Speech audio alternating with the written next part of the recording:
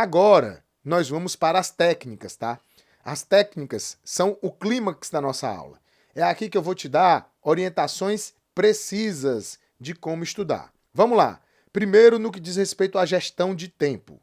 Como que eu vou gerenciar o meu tempo de estudos? Você precisa definir quais são os seus objetivos. O que você deseja alcançar com os seus estudos? Se você sabe onde quer chegar, fica mais fácil descobrir o que fazer. Então, por exemplo, quando eu comecei a estudar sobre a reforma tributária, o meu objetivo era prestar consultoria sobre a reforma tributária. Se eu sei o que eu quero fazer, se eu sei onde eu quero chegar, que é prestar consultoria sobre a reforma tributária, fica mais fácil de descobrir o que eu preciso fazer.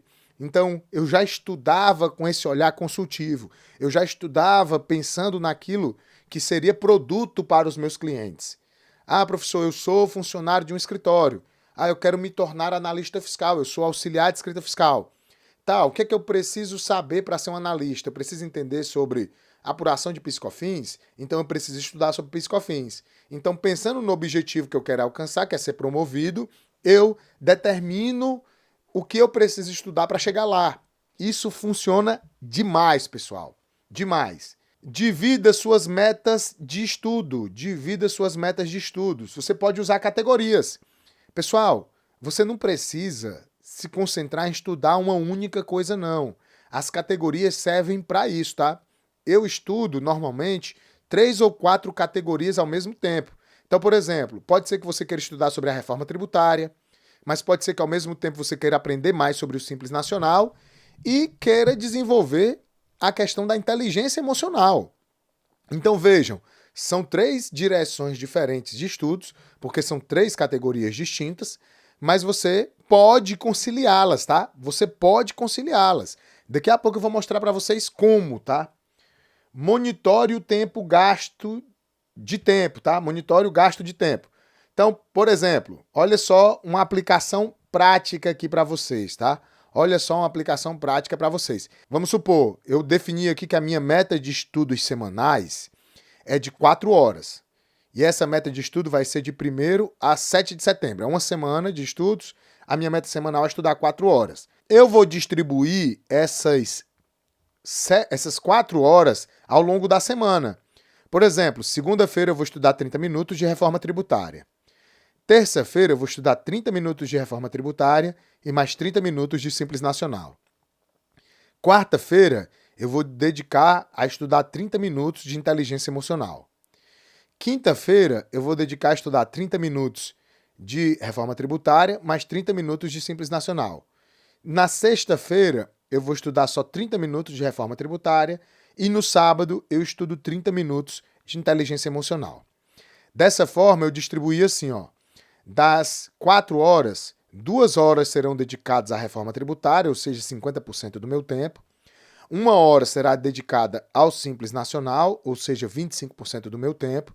E outra 1 hora será dedicada à inteligência emocional, ou seja, 25% do meu tempo. O que é que eu costumo fazer? Eu costumo deixar o sábado com uma carga horária pequena. Por quê? Porque caso eu falte, eu quebre algum desses horários da semana, eu compenso no sábado. Então, por exemplo, era para mim ter estudado aqui na quinta 30 minutos de reforma e 30 minutos de Simples Nacional. Só que eu só consegui estudar os 30 minutos de reforma. Aí eu jogo os 30 minutos de Simples Nacional para o sábado. Então, sábado, ao invés de eu estudar só meia hora, eu vou ter que estudar 1 hora. Então, aqui é um modelinho super simples que você pode usar na prática para planejar os seus estudos. Pessoal, por mais simples que isso possa parecer, isso aqui é muito útil, tá? Muito útil. Ah, professor, mas eu queria uma coisa para colocar no celular. Daqui a pouco eu te digo. Mas você pode fazer isso aqui também no Notas do celular. Enfim, você precisa ter esse monitoramento do tempo gasto, tá? Monitoramento do tempo. Existe uma segunda técnica, que é a SQ4R, que é uma técnica muito usada pelos alunos de Harvard, tá? São 6 etapas que ajudam a melhorar informações escritas. Isso aqui normalmente é quando você está lendo livros, lendo material de apoio. Também serve para cursos online, tá? Mas normalmente serve muito para quando você está lendo o material de apoio. Por exemplo, no meu curso Dominando a Reforma Tributária, cada aula eu disponibilizo junto com cada aula um texto de apoio. Esse texto de apoio tem 18, tem 20 páginas. Então, se você pensar que são muitas aulas, lá já deve ter mais de 200 páginas de conteúdo. Então, como é que funciona o aprimoramento dessas 6 etapas que vão te ajudar a reter mais informações escritas? Ou se você estiver estudando um livro, por exemplo. Primeira etapa, primeiro aqui, S, é de pesquisar. Como é que vai funcionar? Você vai fazer uma espécie de pesquisa sobre o que você vai estudar. É como se você visse só o trailer do filme, tá? Você dá só uma passagem superficial sobre o conteúdo para entender qual é a finalidade do conteúdo, quais são as principais ideias. Por exemplo, eu gravei uma aula sobre o split payment. Então você vai passar o que é o split payment, quais são as principais ideias com relação a essa aula de split payment, qual é o objetivo. Aí você dá uma olhadinha lá no título e no cabeçalho. Você vê logo, de forma superficial, se tem algumas imagens, se são feitas algumas perguntas, se tem palavras em negritos.